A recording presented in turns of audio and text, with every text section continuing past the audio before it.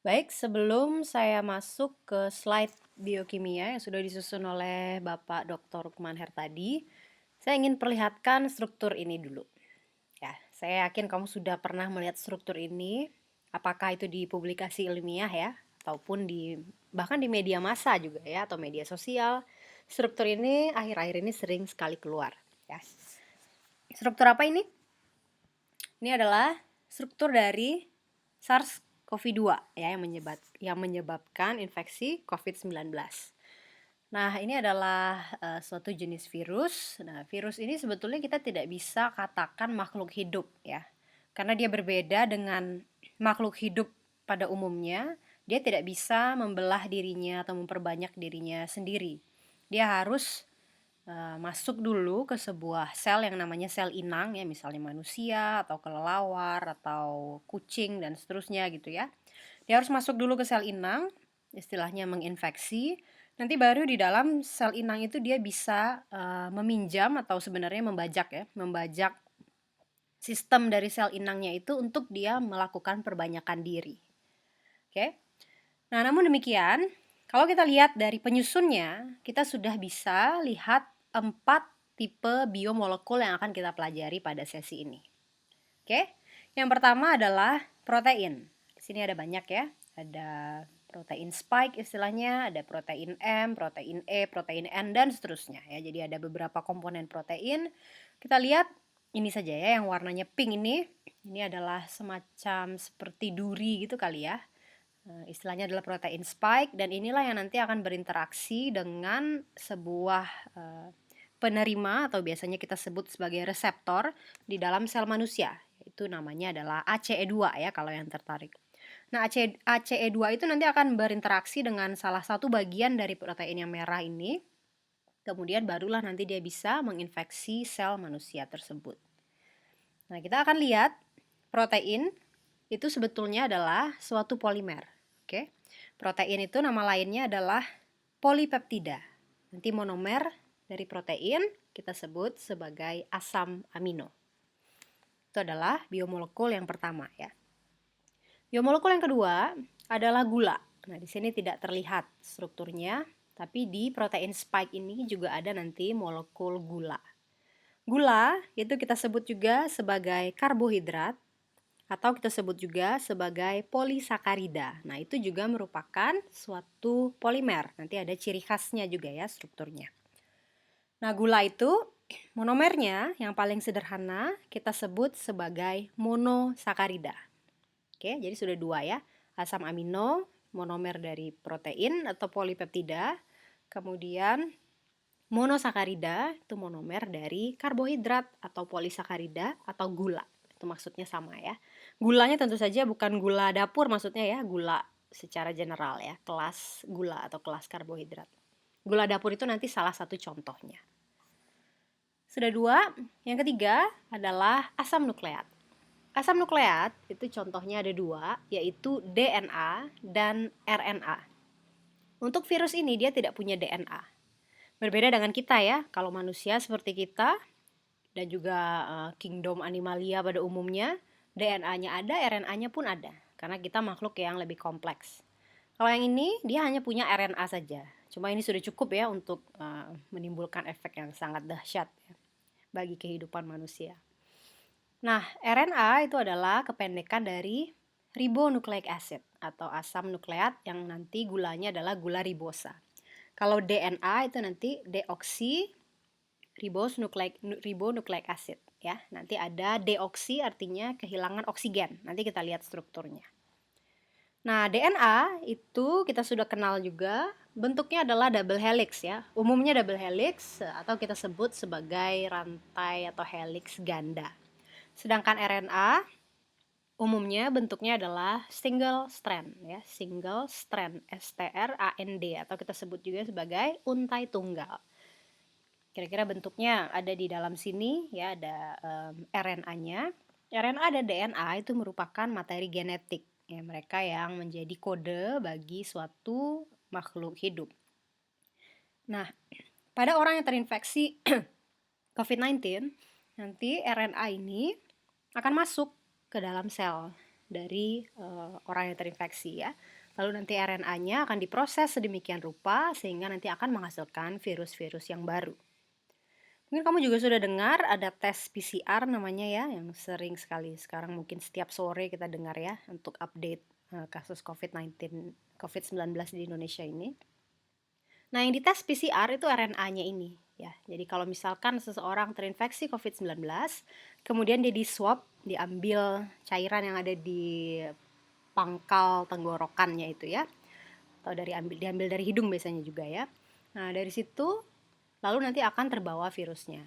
Lalu nanti virusnya akan diproses untuk diekstraksi atau diambil RNA-nya saja. Lalu RNA-nya nanti akan diperbanyak melalui mesin PCR tersebut. Saat dia sudah banyak, nanti bisa dideteksi, oh dia ada atau tidak. Ya, dengan metode yang juga tidak sederhana ya. Nanti ada semacam monitoring dengan zat yang berfluorescence dan seterusnya, tapi mungkin itu tidak akan saya bahas lebih lanjut. Nah, RNA ini karena dia single strand, kemudian juga sifat dasarnya, karena struktur dasarnya nanti berbeda dengan DNA, itu sifatnya tidak stabil, lebih kurang stabil ya, kurang stabil daripada DNA. Oleh karenanya virus-virus yang berbasis RNA seperti SARS-CoV-2 ini dan juga virus-virus influenza itu sangat lebih mudah bermutasi ya dibandingkan dengan virus-virus lain yang di dalamnya itu DNA. Sehingga untuk sekarang pun kita sudah dengar bahwa SARS-CoV-2 ini sudah bermutasi menjadi setidaknya ada 3 sampai 4 jenis yang berbeda. Nah, mutasi ini belum diketahui ya apakah dia menjadi versi yang lebih berbahaya atau dia menjadi versi yang lebih tidak berbahaya. Pandemik Spanish flu pada 1918 ya, sudah bertahun-tahun yang lalu itu terjadi akibat virus influenza dan di dalamnya juga RNA seperti ini. Saat virus itu kemudian tiba-tiba hilang saja, pandeminya selesai, banyak yang menduga bahwa sebetulnya virus itu ada, tapi dia bermutasi menjadi versi yang lebih tidak berbahaya, ya, sehingga secara general dikatakan pandeminya itu saat itu sudah selesai, ya, kalau tidak salah tahun 1920. Ya, kita doakan mudah-mudahan hal yang sama juga bisa terjadi di kasus ini ya, kalau dia bermutasi tapi menjadi versi yang lebih tidak mematikan atau lebih tidak berbahaya. Oke, sudah 3, ada protein, ada karbohidrat, ada asam nukleat seperti ini. Lalu kelas yang terakhir adalah kelas lipid. Nah, lipid ini berbeda ya. Kalau asam nukleat ini juga suatu polimer ya, apakah dia RNA maupun DNA, dia merupakan polimer dari monomer yang kita namakan nukleotida. Ya, nanti kita lihat strukturnya. Nah, kalau lipid, ini yang merah ini ya. Nah, ini adalah lapisan lipid di sini. Lipid itu bukan polimer yang memiliki struktur atau unit berulang yang kemudian jumlahnya sekian banyak, bukan seperti itu ya kalau lipid. Nah, kelas lipid ini khusus, kerangkanya bisa berbeda dari satu jenis lipid dengan jenis lipid yang lain. Namun lipid ini kita golongkan berdasarkan sifatnya yang tidak larut dalam air. Oke, makanya nanti kita akan lihat beberapa struktur lipid, ya mungkin 2 kali ya, setidaknya 2 struktur lipid yang nanti akan kita lihat. Nah, lipid yang ada di sini, yang warna merah ini gunanya kurang lebih seperti membran sel ya, kalau dalam sel manusia. Kita sebut di sini namanya adalah envelope. Struktur envelope ini terdiri dari lipid. Makanya sekarang keluar himbauan untuk rajin mencuci tangan dengan sabun ya kan. Karena sabun itu nanti bisa berinteraksi dengan lipid ini, lalu nanti lipid ini akan rusak oleh sabun. Kemudian saat dibilas oleh air, nanti virusnya akan terbawa ya, di mana struktur virusnya nanti akan sudah rusak. Jadi dia tidak mampu lagi menginfeksi. Oke, sekarang kita lihat slide yang sudah disusun oleh Bapak Rukman ya.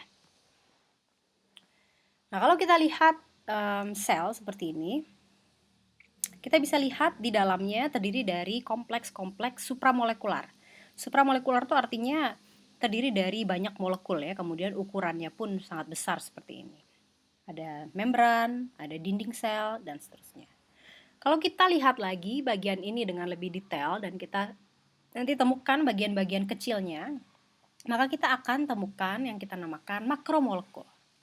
Makromolekul adalah molekul-molekul yang juga ukurannya besar ya dibandingkan dengan molekul yang sudah kita pelajari kemarin atau di sesi sebelumnya seperti alkohol, itu termasuk molekul yang kecil ya.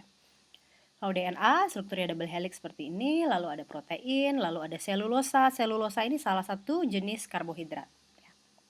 Nah, ini kalau kita tinjau lagi, mereka adalah polimer. Asam nukleat, protein, dan karbohidrat itu adalah polimer, seperti yang saya sampaikan tadi ya.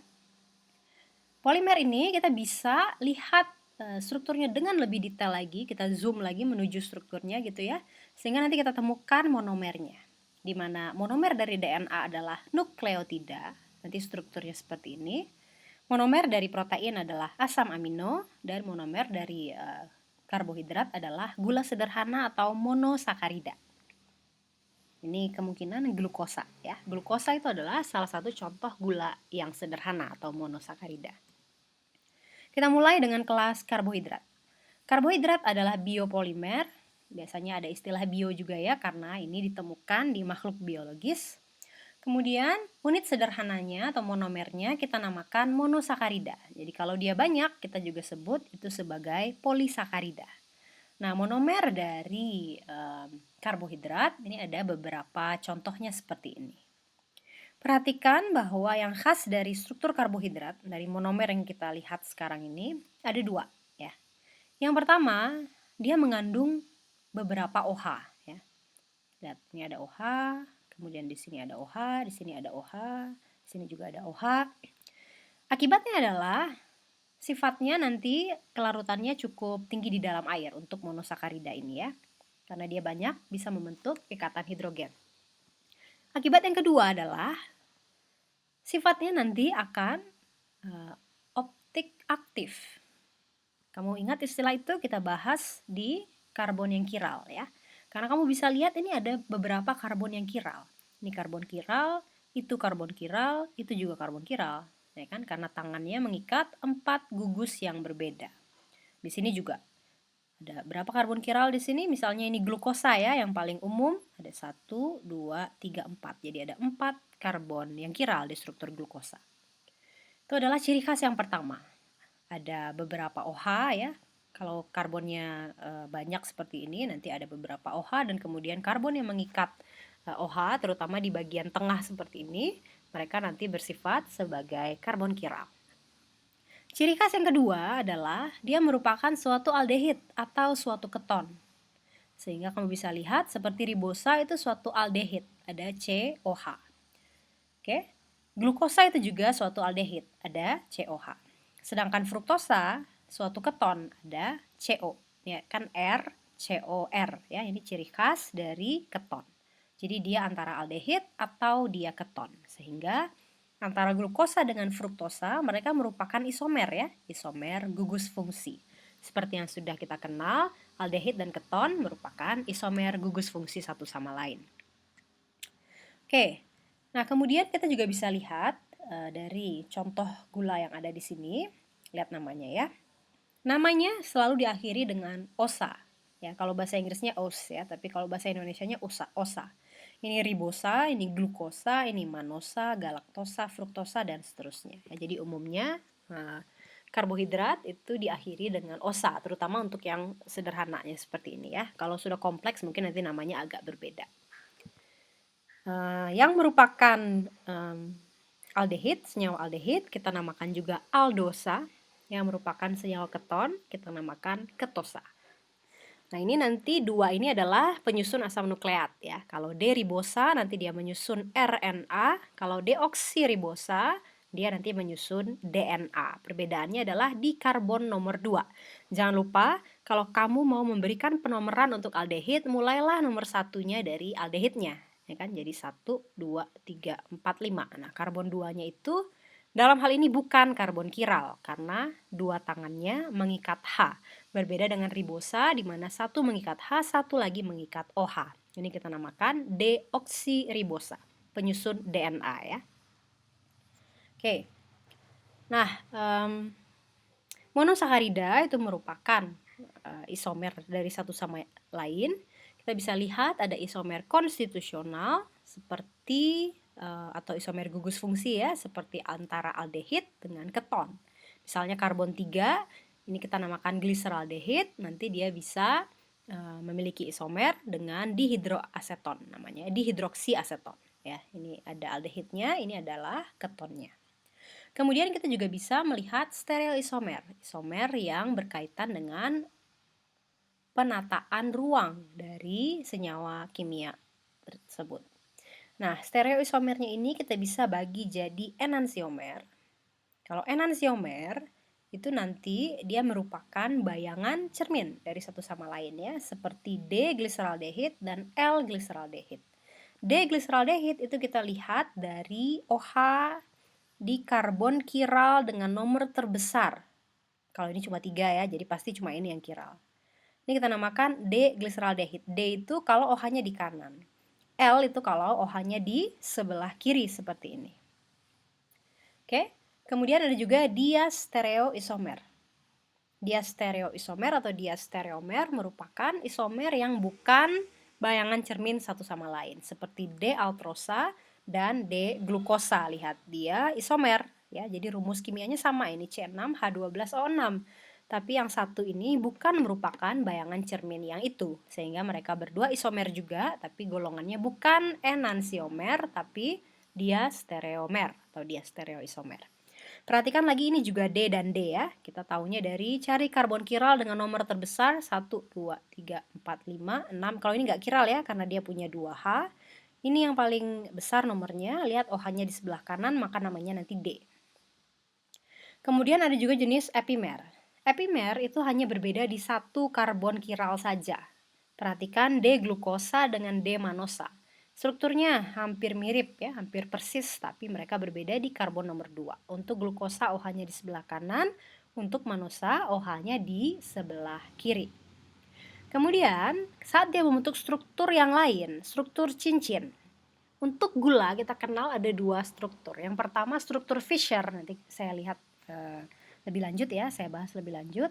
Struktur Fischer bentuknya seperti ini, ya, ada garis terus ada seperti tulang-tulangnya gitu ya. Yang kedua adalah struktur Haworth, bentuknya siklik atau melingkar seperti ini. Nah, bentuk siklik ini kita bisa lihat nanti ada kelas isomer yang lain, yaitu anomer. Untuk melihat anomer, kita perhatikan karbon yang terikat pada oksigen di dalam cincin, yaitu yang ini ya. Ini kita namakan karbon nomor 1. Jadi karbon 1 nanti di sini, saat dia membentuk cincin, dia jadi di sini. Oke. Nah, karbon 1 ini nanti akan mengikat OH.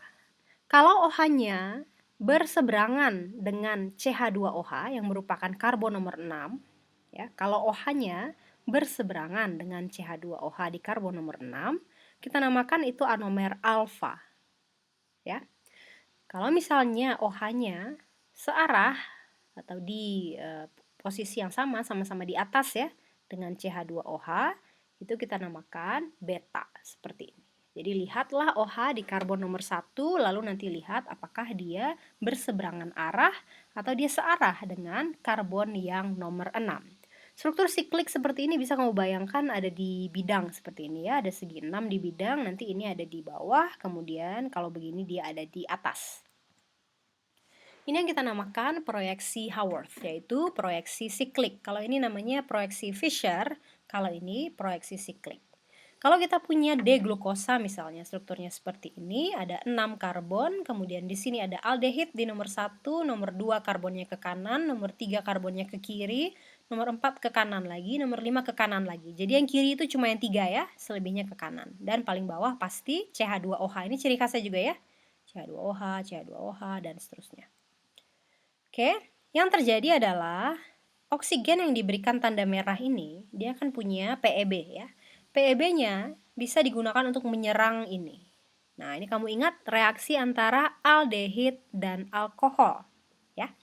Aldehid dan alkohol itu akan bereaksi membentuk senyawa yang kita kenal sebagai hemiasetal, yaitu COROH ya. Kalau ada karbon, dia mengikat satu seperti alkohol OH ya, dan kesananya seperti ether, OR itu namanya karbon hemiasetal. Nah, O ini nanti akan menyerang ke situ, kemudian ikatan rangkap ini akan hilang, nanti dia akan berubah menjadi OH. Tapi dia tetap di sini karbon nomor 1 ya. Karbon nomor 1 yang tadi biru ini, sekarang dia jadi ini. Dia menjadi karbon hemiasetal. Nomor 2-nya ke sini, ini karbon nomor 2. Jadi yang ini di sini jadi itu. Oke? Kalau OH-nya di kanan untuk proyeksi Fisher, di proyeksi Haworth itu artinya di bawah. Ya. Kalau OH-nya di kiri yang nomor 3, ini kan nomor 1 ya, lanjut 2, 3, 4, 5, 6 gitu ya. Nomor 2 OH-nya ke bawah, di Fisher dia di kanan. Nomor 3 OH-nya karena ke kiri, di Fisher dia ke atas. Ya. Nomor 4 kanan lagi jadi bawah lagi, seperti itu. Nomor 5, nah nomor 5 O-nya ini masuk ke dalam cincin. Kenapa? Karena O ini nanti dia membentuk ikatan dengan C yang itu. Jadi nanti O ini akan embedded ya, dia akan masuk ke dalam cincin. Nah, ciri khas cincin gula itu seperti ini. Ada cincin 6 atau cincin 5 ya, biasanya 2 itu saja ya, cincin 5 atau cincin 6, lalu nanti di tengah-tengah cincinnya ada oksigen, lalu nanti di bagian lainnya mengikat gugus OH seperti ini. Kalau karbon nomor 1-nya itu atau karbon anomeriknya itu ya, dia ke bawah OH-nya dan ini berseberangan arah dengan CH2OH, maka kita namakan ini alfa, seperti ini ya, sama seperti ini tadi. Ini alfa. Kemudian kalau OH-nya searah dengan karbon nomor 6, sekali lagi nomornya 1, 2, 3, 4, 5, 6, maka namanya adalah beta. Kamu bisa sebut ini alfa D-glukosa dan beta D-glukosa. Tapi bisa juga kita sebut alfa D-glukopiranosan. Ini maksudnya apa? Kalau dia membentuk cincin 6, kita namakan dia cincin piranosa. Seperti ini ya, P-I-R-A-N-O-S-A.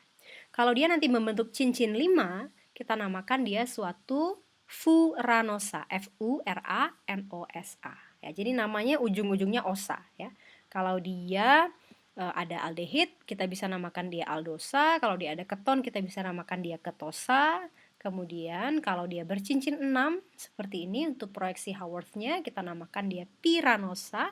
Dan kalau nanti cincinnya 5, kita namakan dia furanosa. Nah, sekarang kita lihat saat dia bergabung dengan monosakarida yang lain. Ini tadi satu-satu ya, ini adalah struktur sederhana. Ada monosakarida glukosa, alfa glukosa, ada monosakarida beta glukosa. Sekarang kita bisa lihat jenis yang lebih kompleks, yaitu disakarida. Disakarida terdiri dari sesuai namanya ya, dua unit monosakarida. Nah, ikatan yang menghubungkan antara satu monosakarida dengan monosakarida yang lain itu kita namakan ikatan glikosida atau ikatan glikosidik. Ya. Glikosida itu, gliko ini ciri khas nama dari gula ya, gula dan keluarganya. Jadi glikosida itu artinya adalah ikatan yang menghubungkan satu monosakarida dengan monosakarida yang lain. Oke, sekarang kita lihat. Ini adalah disakarida yang umum ya, sebab sering kita konsumsi. Misalnya sukrosa, kemudian laktosa, kemudian maltosa. Ya. Sukrosa ini gula dapur yang dari tebu, laktosa ini gula yang ada dalam susu, kemudian maltosa ini yang ada di dalam malt. Ya. Nah, sukrosa itu merupakan suatu disakarida, artinya dia terbentuk dari dua monosakarida. Monosakarida yang membentuk sukrosa itu adalah glukosa dan fruktosa. Oke. Glukosa itu cincin 6 seperti ini, sedangkan fruktosa itu adalah cincin 5.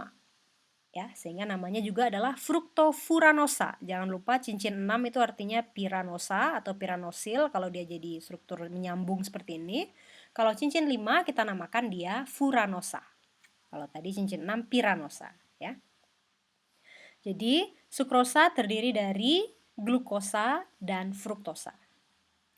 Nah, ikatan yang menghubungkan ini kita namakan ikatan glikosidik. Nah, umumnya kita harus tuliskan juga konfigurasi dari ikatan tersebut, alfa atau betanya ya, dan juga nomornya. Kita lihat untuk glukosa ini ada nomor 1 di sini. Sedangkan untuk sukrosa ini adalah karbon nomor 2-nya ya. Nomor 1-nya di mana? Di sini ya. 1, 2, 3, 4, 5, 6 ke bawah sini. Kenapa nomor 1-nya di luar cincin untuk fruktosa? Kalau glukosa tadi nomor 1-nya di sini ya, di dalam cincin. Kalau fruktosa kenapa nomor 1-nya di sini? Ada yang bisa nebak? Karena fruktosa, struktur dasarnya adalah keton. Ya, jadi pasti nanti nomor satunya di sini, nomor duanya barulah karbon yang kemudian mengandung O di dalam struktur siklik. Ya, jadi untuk fruktosa yang berhubungan dengan oksigen itu karbon nomor 2. Ya, akibat tadinya strukturnya adalah keton. Sehingga kita namakan ikatan ini adalah alfa 1 2 beta glikosidik. Ya, biasanya kita tuliskan seperti ini, alfa dalam kurung 1 menuju 2 karena ikatannya antara karbon 1 dan karbon 2. Kemudian karbon yang satu ini alfa, punya glukosa ya. Karbon yang ini beta, punya fruktosa. Oke. Kemudian jenis yang lain adalah laktosa atau gula dalam susu. Laktosa ini terdiri dari glukosa dan galaktosa. Nah, ini kayaknya mirip aja ya, tapi kita lihat ini ada bedanya ya. Kalau glukosa itu OH-nya bawah. Oh, ini justru galaktosa ya. Kalau glukosa, gulanya adalah bawah di sini ya, gula nomor 2-nya bawah, atas, bawah. Ya, ini kan O. Dia tuliskan begitu ya, karena yang ini nanti jadi bagian atasnya, yang ini jadi bagian bawahnya. Itu ciri khas glukosa ya. Bawah, atas, bawah. Bawah, atas, bawah. Nah, kalau galaktosa gimana? Bawah, atas, atas. Jadi bedanya di satu sini saja ya, artinya glukosa dan galaktosa itu suatu epimer ya. Oke, kita lihat sekarang ikatannya terjadi antara karbon nomor 1-nya galaktosa dan karbon nomor 4-nya glukosa. Oke. Sehingga kita bisa sebut namanya sebagai 1,4 glikosidik. Karena dia menghubungkan karbon nomor 1 dari suatu monosakarida dan karbon nomor 4 dari monosakarida yang lain. Karena yang ini merupakan karbon beta, maka kita namakan dia laktosa ya. Beta 1,4. Jadi ikatan apa yang ada di laktosa? Ikatan beta 1,4 glikosidik. Nah, kalau fruktosa dengan glukosa, kita akan lihat di sininya alfa, di situnya beta. Ya. Kalau laktosa cuma ini saja yang punya kode beta atau alfa ya. Kenapa? Karena yang ini karbon 4. Yang punya kode alfa itu karbon 1 kalau dia aldehid atau karbon 2 kalau dia suatu keton tadinya ya. Karena ini dia terikat di karbon 4, jadi tidak ada kodenya, memang dia tidak alfa maupun tidak beta. Itu alfa beta itu khusus di karbon 1 untuk aldehid atau karbon 2 untuk ketosa ya, untuk aldosa dan untuk ketosa. Sehingga kita berikan ini namanya adalah beta 1,4 glikosidik seperti ini ya, beta 1 menuju 4 glikosida atau glikosidik. Kemudian yang terakhir adalah maltosa. Maltosa terdiri dari 2 molekul glukosa, bawah atas bawah, ini juga bawah atas bawah, ya kan? Nama ikatannya adalah alfa 1,4. Kenapa ini alfa? Karena ini merupakan karbon alfa. Ingat, karbon alfa kita tahunya dari O-nya ada di bawah ya, berseberangan dengan CH2OH. Kalau yang ini tadi karbon beta. Kenapa? Karena O-nya ini meliuk ke sini ya, artinya O ini di atas, artinya dia di arah yang sama dengan atau di sisi yang sama, sama-sama di atas dengan karbon nomor 6. Makanya ini adalah karbon beta. Sehingga ikatan dalam maltosa kita namakan ikatan alfa 1,4. Jadi kalau sukrosa itu alfa 1,2 beta, laktosa itu beta 1,4, maltosa itu alfa 1,4. Dan diberikan contoh-contoh di sakarida yang lain. Tapi yang umum adalah 3 ini ya. Kamu harus kenali unit penyusunnya apa saja dan apa jenis dari ikatan glikosidik yang menghubungkan unit-unit tersebut. Tadi kita sudah bahas monosakarida, lalu disakarida. Nah, sekarang kita baru lihat yang paling kompleksnya, yaitu polisakarida. Polisakarida artinya nanti struktur monomernya ini akan berulang dengan jumlah N yang tinggi. Ya. Strukturnya yang kita akan bahas adalah yang berbasis glukosa saja ya. Jadi glukosa semua, jadi maltosa tambah lagi glukosa tambah lagi tambah sampai panjang. Nah, itu yang kita bahas ya. Kalau ikatan yang terbentuk itu adalah alfa 1,4 saja antara satu glukosa dengan glukosa yang lain, kita tahu dari mana ini alfa 1,4? Kita lihat karbon yang ini ya. Ikatannya itu seperti ether ya, gula gula gitu ya. Kita lihat karbon yang ini karbon 1 di sini, 1 2 3 4 5 6. Di sini adalah yang ini karbon 4. 1, 2, 3, 4, 5, 6. Jadi dia menghubungkan karbon 1 dan 4, maka kita sebut namanya ikatan 1,4. Lalu karena di sini karbonnya adalah karbon alfa, karena O-nya ke bawah kan ya, ini berseberangan dengan CH2OH, maka kita namakan ikatan ini adalah alfa 1,4. Kalau ada glukosa berulang kali berentetan dengan ikatan alfa 1,4 saja, kita namakan itu amilosa. Oke? Kemudian ada jenis yang lain. Nah, ini saudaranya ya. Namanya adalah amilopektin. Kalau amilopektin, dia ada percabangan. Jadi ada alfa 1,4 panjang, terus nanti ada juga alfa 1,6. Lihat, kenapa dia 1,6? Yang ini ya, yang ke bawah. Ini nomor 1 kan ya? 1, 2, 3, 4, 5, 6. Jadi nomor 1 dengan C nomor 6 yang di bawah. Bisa kita buktikan ini nomor 6? 1, 2, 3, 4, 5, 6. Jadi satunya itu selalu yang mengikat O yang terhubung dengan monosakarida yang lain ini ya. Jadi ini adalah ikatan 1 dan 6. Ini alfa atau beta, O-nya ada di bagian bawah, berseberangan dengan karbon nomor 6, berarti dia alfa. Jadi nama ikatannya adalah alfa 1,6 glikosidik. Kalau amilopektin, dia ada alfa 1,4 dan ada juga percabangan di alfa 1,6. Oke, kalau amilosa tidak ada percabangan. Amilosa dan amilopektin ini adalah penyusun dari tepung, ya, penyusun dari amilum. Dan kalau kita lihat antara satu tepung, misalnya tepung kanji dengan tepung terigu, itu kan perbedaan teksturnya kita bisa rasakan ya, kita bisa lihat itu karena ada perbedaan antara kandungan amilosa dan amilopektinnya. Kalau yang satu dia tidak ada cabang, kalau yang ini dia memiliki alfa 1,6 atau daerah percabangan. Yang kita sering sebut juga sebagai amilum ya, ada amilosa dan ada amilopektin. Oke, berikutnya jenis polisakarida yang lain adalah selulosa. Selulosa ini merupakan penyusun dari dinding sel tumbuhan ya. Jadi banyaknya di rumput. Oke. Nah, selulosa itu mirip dengan amilosa, artinya dia glukosa lurus saja. Tapi kalau amilosa itu alfa 1,4, selulosa adalah beta 1,4.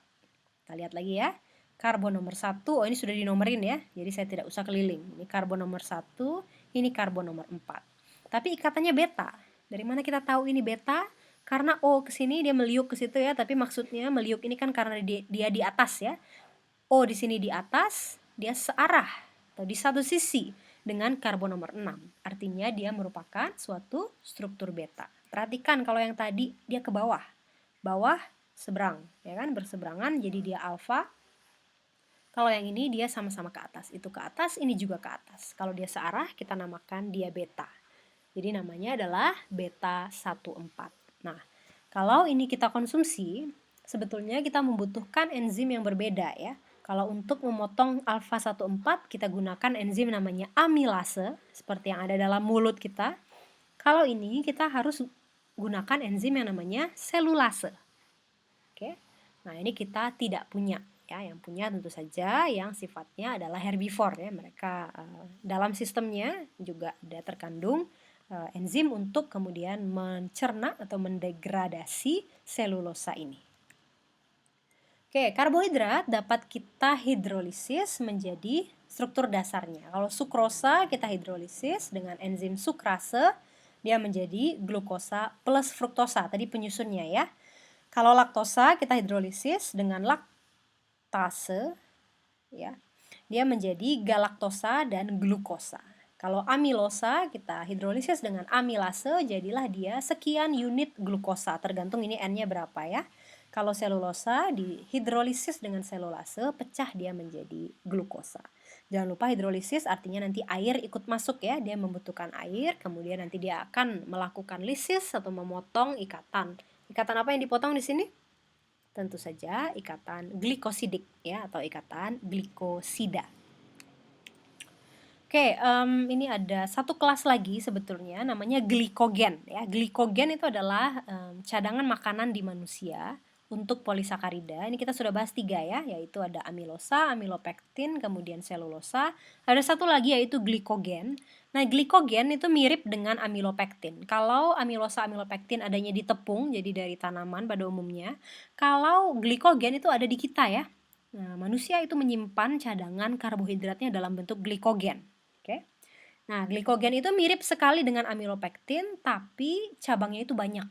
Ya, jadi alfa 16-nya ini sering ditemui sebab enzim kita itu dapat memotong dari ujung 16 ini ya, sehingga percabangannya banyak, jadi ujungnya banyak, enzimnya dapat bekerja dengan baik untuk memotong dan dapat dihasilkan energi dengan cepat kalau kita butuhkan cadangan makanan dalam bentuk karbohidrat.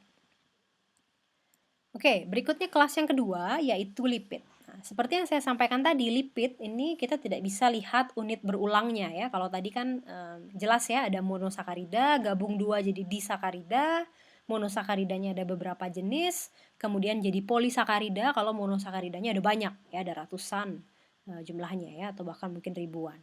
Nah, kalau lipid itu kelas biomolekul yang tidak larut dalam air tapi larut dalam lemak atau pelarut nonpolar seperti dietil ether dan benzen. Sehingga berdasarkan klasifikasi ini nanti strukturnya bisa macam-macam. Asal dia nggak larut dalam air maka dia kelas lipid ya. Contohnya adalah kolesterol. Kolesterol itu strukturnya begini ya. Tidak perlu kamu hafalkan, yang penting kamu kenal ya. Kalau bentuknya cincin 6, 6, 6, 5. Terus ada nah, ini kau bayangkan ya, yang kamu sudah pelajari di bab organik sebelumnya, itu mungkin satu potong ini saja ya. Tapi kenyataannya dalam tubuh kita itu sangat kompleks seperti ini ya. Ada hidroksinya, jadi ada bagian alkoholnya, makanya namanya sterol, ada ol-nya. Kemudian kamu lihat di sini ada 1 karbon, 2 karbon, 3 karbon, dan seterusnya ya. Jadi makanya strukturnya tidak digambarkan lagi dengan CH, CH, CH, tapi dibuat struktur skeleton untuk memudahkan kita melihatnya ya. Ini adalah kolesterol, sifatnya tidak larut di dalam air. Kemudian ada juga golongan vitamin. Nah, kolesterol ini ada salah satu vitamin juga yang mirip dengan dia ya, yaitu vitamin D. Vitamin D itu strukturnya mirip dengan kolesterol. Bahkan kolesterol ini sebetulnya prekursor atau bahan pembentuk vitamin D dalam tubuh kita ya. Jadi kolesterol itu kita tahu jangan terlalu tinggi karena bisa menyebabkan plak dalam darah, kemudian berujung pada penyakit seperti penyumbatan ya, penyumbatan jantung atau penyumbatan darah ke otak seperti stroke. Tapi kolesterol ini juga ada gunanya ya. Kalau tinggi dia tidak boleh, rendah juga dia tidak baik sebetulnya ya, karena kolesterol ini salah satu gunanya adalah dia nanti akan dikonvert menjadi vitamin D ya dalam tubuh oleh cahaya matahari. Makanya kita manusia itu perlu terkena cahaya matahari terutama yang UVB-nya ya, sehingga kolesterol dapat dikonversi menjadi vitamin D.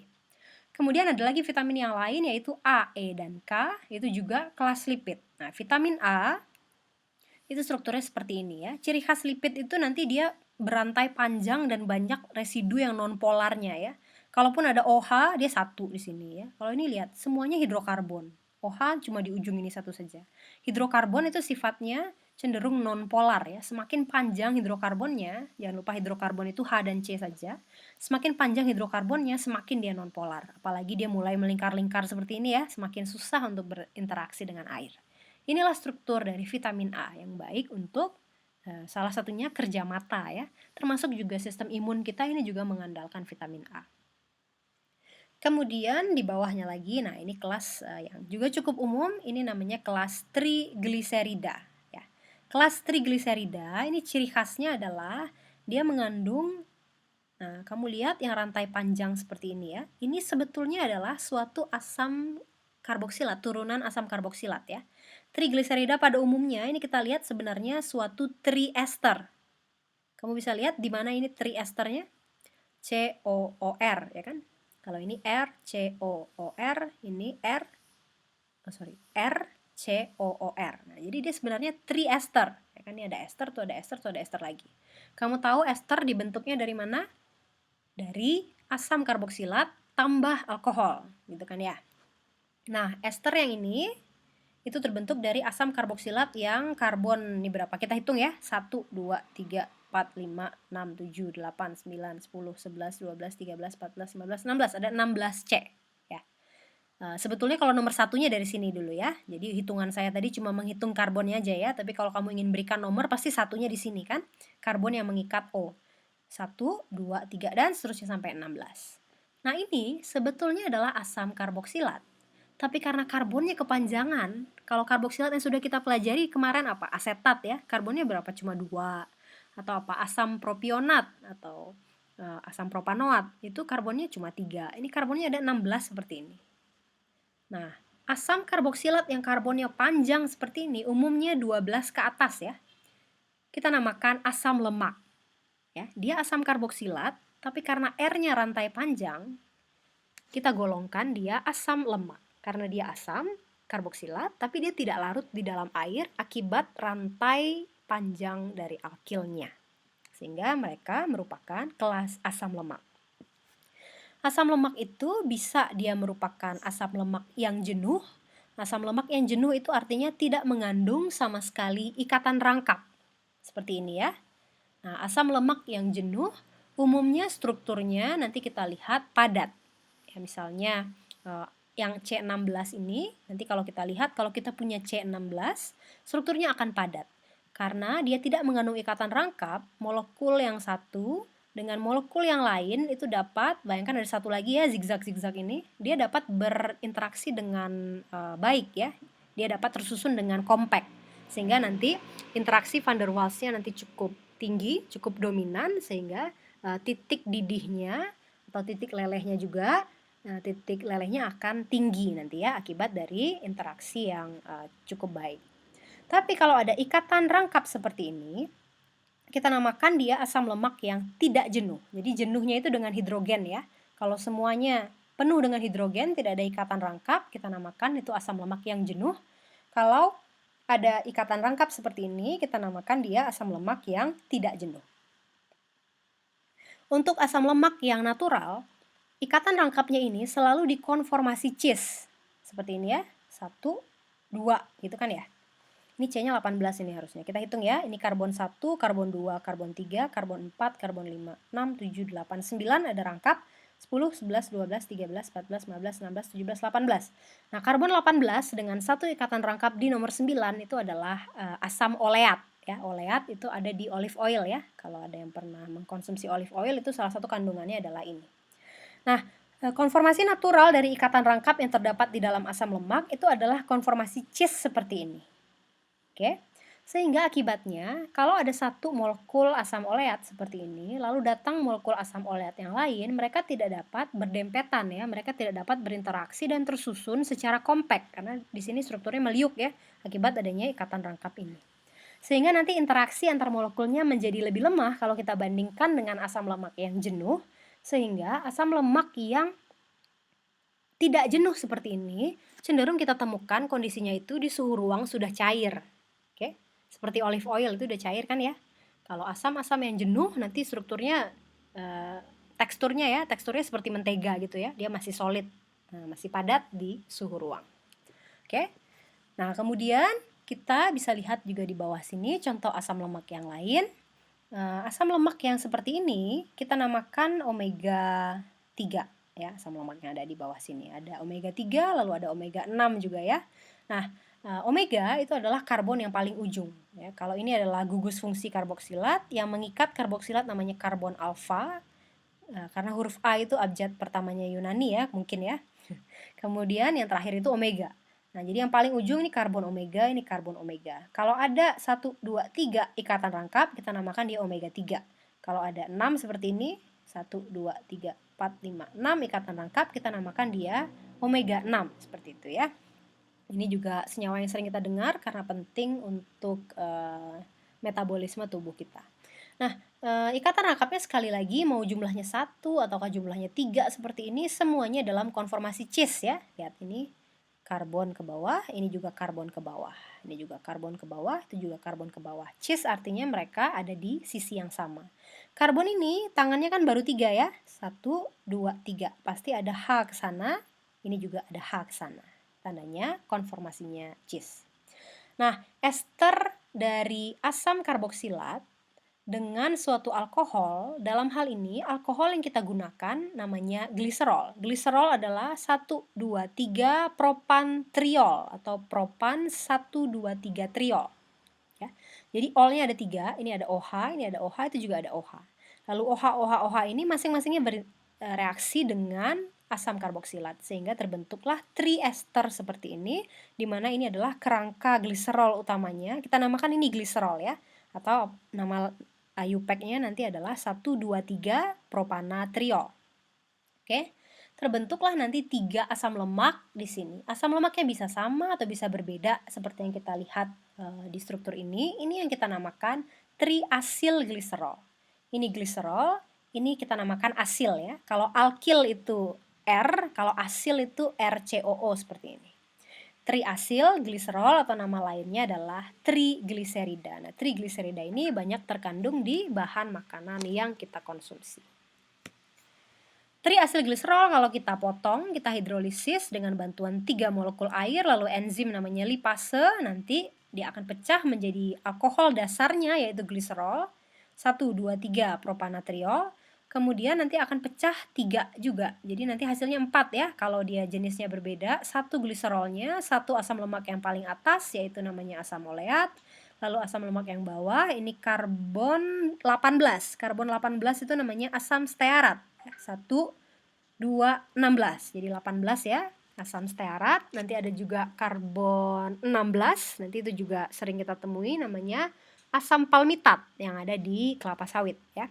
Kemudian yang terakhir ada ini. Nah, ini kalau dia punya 2 ikatan rangkap seperti ini namanya adalah asam linoleat. Jadi hidrolisis triasil gliserol itu akan nanti pecah menjadi bentuk gliserolnya, lalu 3 asam lemaknya seperti ini. Ingat, asam lemak itu sebetulnya asam karboksilat saja, tapi karena R-nya begitu panjang, ini ada 18 ya, ini ada 18 karbonnya, itu pun ada 18, sehingga dia tidak larut di dalam air, maka kita namakan dia asam lemak. Kesimpulannya, 3 asam lemak bergabung dengan 1 gliserol, jadi trigliserida. Trigliserida bisa dipotong lagi menjadi penyusunnya dengan bantuan enzim lipase dan masuknya 3 molekul air.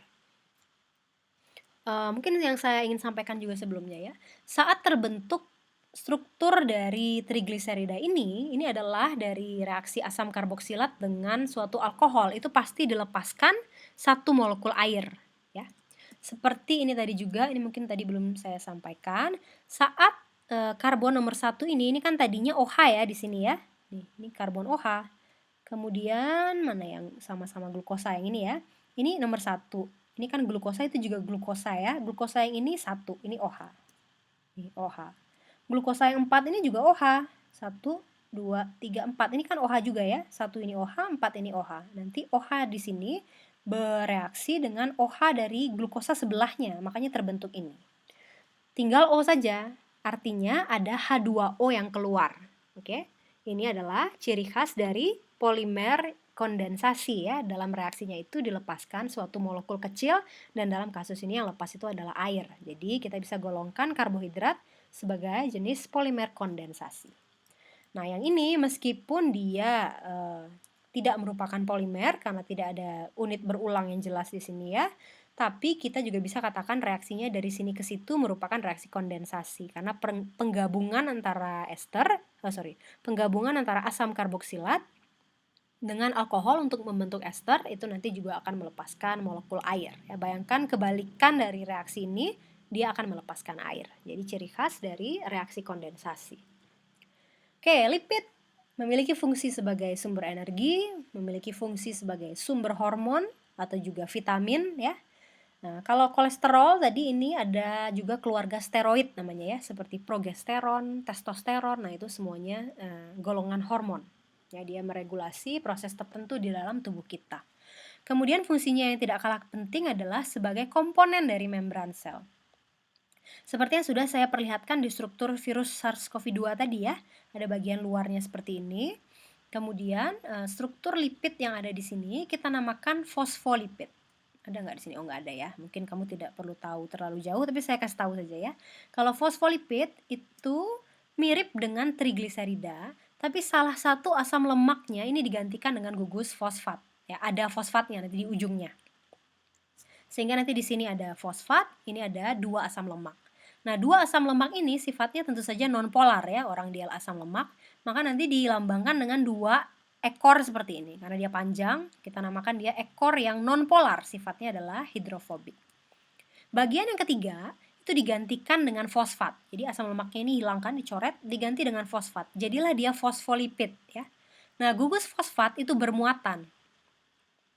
Muatannya adalah negatif ya kan, fosfat. Nah, karena dia bermuatan negatif, sesuatu yang bermuatan itu berinteraksi dengan baik dengan air ya kan, sehingga bagian fosfat itu kita sebut sebagai kepala polar, sifatnya hidrofilik. Jadi dia sering digambarkan seperti ini ya, ada kepalanya yang polar yang ada fosfatnya, lalu nanti ke bawahnya ada 2 asam lemak di sini dan di situ yang sifatnya non polar. Jadi ada bagian yang hidrofilik, ada bagian yang hidrofobik. Ini namanya fosfolipid. Nanti dia secara natural dia akan membentuk bilayer atau bilayer, 2 lapis ya. Fosfolipid kepala ketemu keluar, bagian sini misalnya keluar sel, bagian yang sini ke dalam sel, sel itu di dalamnya juga air ya, di luarnya pun air seperti ini. Kemudian di sininya ada 2 ekor nonpolar dari fosfolipid yang ini, di situnya juga ada 2 ekor nonpolar dari fosfolipid yang itu. Nanti dia ketemu di dalam sini. Inilah struktur membran sel manusia ya, yang nanti menjadi pembatas dari sel kita. Tanpa adanya membran, nanti organel dalam sel kita itu akan berserakan ya kalau membrannya tidak ada. Itulah yang terjadi dengan virus SARS-CoV-2 itu ya. Kalau misalnya kamu cuci tangan dengan sabun, membrannya ini nanti akan dikoyak oleh sabun itu ya, jadi rusak karena sabun itu nanti ada bagian yang nonpolar juga. Nanti dia ketemu dengan bagian nonpolarnya, bagian dalam tanda kutip membrannya virus itu ya, sehingga nanti struktur virusnya akan rusak dan dengan demikian dia tidak bisa lagi menginfeksi. Oke, kelas yang ketiga, protein. Nah, protein kita sudah tahu merupakan suatu polimer kondensasi juga dan dia dibangun oleh unit sederhana yaitu asam amino. Nah, asam amino itu ciri khasnya adalah strukturnya seperti ini ya, perhatikan. Ada 1 karbon di sini. Karbon ini pada umumnya adalah karbon kiral, kecuali nanti 1 jenis ya. Selebihnya karbonnya kiral. Karbon yang kiral ini mengikat, perhatikan, 1H, 1 NH2, 1 COOH, 1 gugus R. Oke? Saya ulang lagi. Ada 1 karbon kiral, dia memiliki 4 tangan. Tangan yang pertama mengikat karboksilat, tangan yang kedua mengikat amin, tangan yang ketiga mengikat H, dan tangan yang keempat nanti mengikat suatu gugus yang lain. Ini namanya adalah asam amino. Ya. Nah, asam amino itu diberi nama karena dia punya asam karboksilat, dia punya amin, makanya namanya asam amino ya. Nah, dalam air biasanya karboksilatnya itu kalau pH-nya 7 ya, karboksilatnya itu jadi COO-, kemudian NH2-nya jadi NH3+, sehingga dia membentuk suatu spesi di mana spesi tersebut secara total muatannya netral, tapi di dalam strukturnya ada pemisahan muatan menjadi positif dan negatif. Ini kita namakan ion Zwitter ya, ZWITTER ya, atau Zwitter ion. Protein kita bentuk dari reaksi kondensasi 2 asam amino atau lebih, umumnya lebih ya. Nah, misalnya kita punya suatu asam amino seperti ini, kita namakan ini glisin. Nah, glisin itu adalah karbon yang ini, itu di sini ini ya. Karbon ini terikat pada COO-, karbon ini terikat pada NH3+, karbon ini terikat pada H, karbon ini terikat pada R. Tapi untuk glisin, R-nya itu H juga. Jadi khusus glisin ini dia tidak kiral ya. Glisin ketemu dengan alanin. Nah, kalau alanin lebih kompleks kita lihat ya. Ini mungkin strukturnya semakin ke bawah semakin kompleks, tapi tetap ini yang harus kamu jadikan acuan ya. Cari dulu karbon kiralnya. Ini karbon kiralnya yang mana? Yang ini ya, yang di tengah aja, yang dijepit. Karbon ini ke sana mengikat COO-, ke situ mengikat NH3+, ke bawah mengikat CH3, ke sini mengikat H. Selalu ada H ya, yang ini tadi. Kalau dia R-nya CH3, kita namakan dia alanin. Kalau R-nya H seperti ini, kita namakan dia glisin. Nama asam amino kita bisa sebutkan nama lengkapnya atau nama singkatnya. Nama singkatnya ini biasanya bisa 3 huruf seperti ini, GLY untuk glisin atau ALA untuk alanin. dan bisa juga nanti satu huruf ya, seperti untuk glisin itu G dan alanin itu A. Nah, kita lihat bagaimana pembentukan dari ini, kita namakan monomernya ya. Ini ada monomernya yang lain, bagaimana kemudian dua monomer ini ketemu. Kita lihat ya. Ini ada COO-, kemudian di sini ada NH3+. Kita bisa lihat antara CO- dengan NH3+, nanti ini adalah reaksi antara suatu karboksilat dengan suatu amin, kan? Ingat, reaksi antara karboksilat dengan amin itu akan menghasilkan suatu gugus amida, ya, di mana COO- akan bertemu dengan NH3+ atau COOH bertemu dengan NH2, dia akan membentuk CONH. Ini adalah amida. Ya, jangan lupa yang sudah kamu pelajari di sesi sebelumnya. Lalu nanti akan dilepaskan satu molekul air per satu ikatan. Nah, ikatan ini kita namakan ikatan peptida. Jadi kalau tadi untuk karbohidrat ikatannya adalah ikatan glikosidik, untuk lipid ikatannya adalah ikatan ester biasa saja. Kalau untuk protein, ikatan yang menghubungkan satu monomer dengan monomer yang lain kita namakan ikatan peptida atau bisa juga ikatan amida ya, tapi yang lebih umum adalah ikatan peptida. Nah, di sini kita sudah ketemu dua ya. Ada glisin ketemu dengan alanin, jadi monomer ketemu monomer, kita sekarang punya suatu dimer. Kita namakan ini sebagai dipeptida. Ya, kalau tadi disakarida, kalau yang ini dipeptida. Ini adalah 20 asam amino yang umum yang kita temui di dalam struktur protein manusia. Yang paling sederhana itu adalah glisin tadi ya. Ingat, C kiral, kalau ini enggak ya, khusus ini tidak kiral. C kiral itu mengikat CO- ke sana, NH3+, H, dan satu lagi suatu gugus R. Kalau R-nya itu H, kita namakan dia glisin, dan khusus dia saja tidak kiral, selebihnya ke sini semuanya kiral. Kalau R-nya diganti CH3, kita namakan dia alanin. Kalau R-nya diganti CH2OH, kita namakan dia serin ya. Jadi ada 20 klasifikasinya. Tapi kita bisa klasifikasikan juga ini berdasarkan jenisnya secara garis besar ya. Ada jenis yang non-polar seperti 1, 2, 3, 4, 5, 6, 7 ini. Ada jenis yang polar tapi tidak bermuatan seperti CH2OH, serin, kemudian treonin, COH, CH3, cystein, ada SH, asparagin, dan glutamin. Kemudian ada juga golongan yang aromatik. Yang aromatik ini ada 3, seperti fenilalanin, tirosin, dan triptofan. Ya, kamu lihat ciri khas dari aromatik itu memiliki cincin seperti ini, lalu ada ikatan rangkap yang terkonjugasi atau berselang-seling ya. Nah, yang penting kamu ingat adalah yang dua ini, ya, yaitu asam amino yang polar bermuatan. Muatannya itu bisa positif untuk lisin, arginin, dan histidin, atau muatannya itu bisa negatif untuk aspartat dan glutamat. Oke, nah mereka juga masing-masingnya punya nama satu huruf ya, tapi tampaknya di sini tidak diberikan ya. Kalau tertarik silakan dilihat lebih jauh. Oke, jadi yang penting itu salah satunya yang ini ya, yaitu asam amino yang polar lalu bermuatan. Yang bermuatan positif itu ada 3, lisin, arginin, dan histidin. Yang bermuatan negatif itu ada 2, yaitu aspartat dan glutamat. Nah, glutamat ini ada di MSG ya, atau mecin ya, monosodium glutamat itu nanti ada sodium Na+ ketemu dengan salah satu COO- yang ada di sini, jadilah dia MSG ya, natrium glutamat. Oke, kemudian tadi kita sudah lihat, kita bisa membentuk asam amino dengan asam amino yang lain, kita gabungkan, nanti dia akan membentuk yang namanya ikatan peptida, seperti ini ya.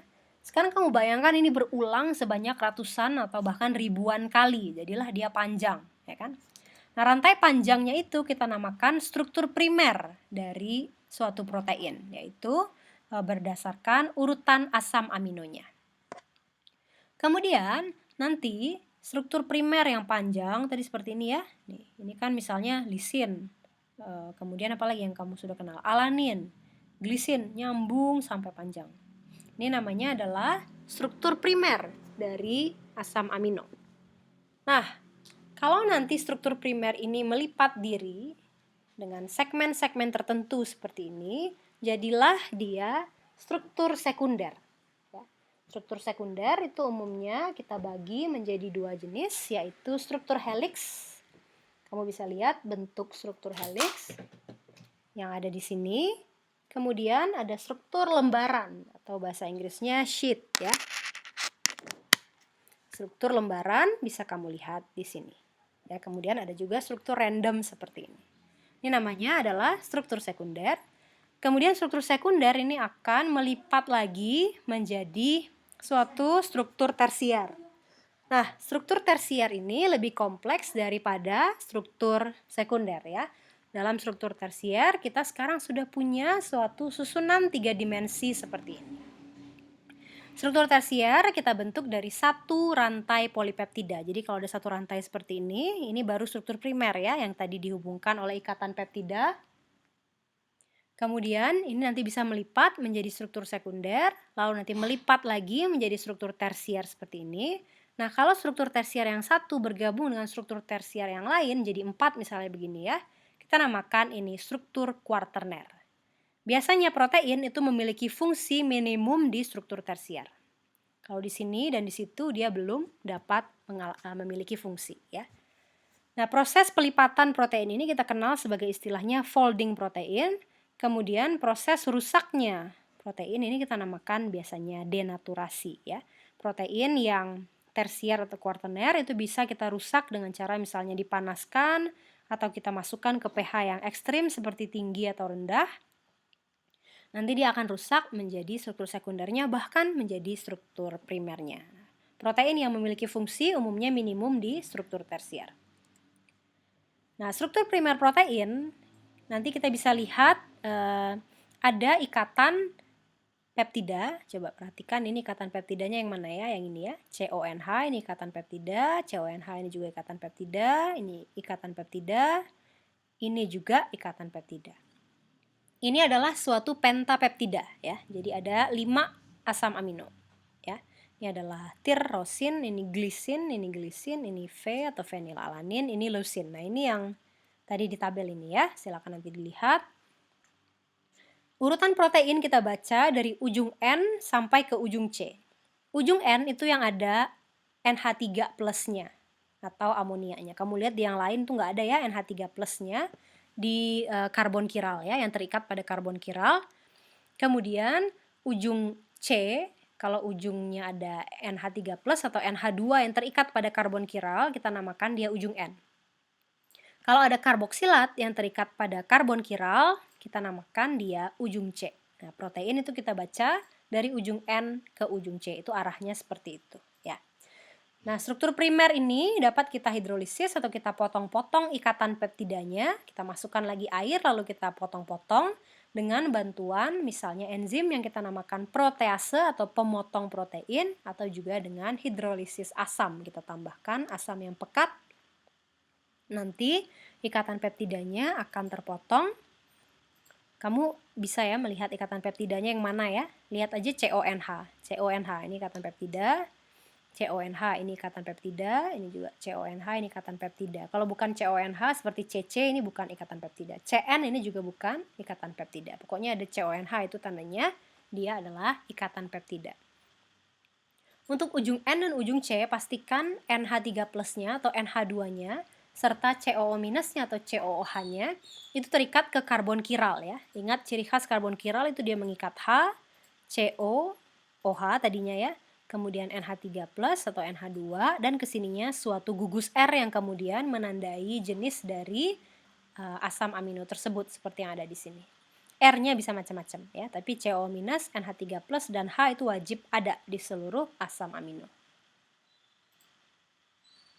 Oke, nah struktur sekunder protein itu terbentuk akibat namanya ada ikatan hidrogen ya. Ikatan hidrogen terjadi antara satu residu dengan atau satu bagian dari struktur primer dengan bagian dari struktur primer yang lain ya. Kalau misalnya yang terikat itu antara asam amino atau residu yang pertama dengan residu yang I plus 4 atau N plus 4, maka nanti akan terbentuk suatu struktur helix seperti ini.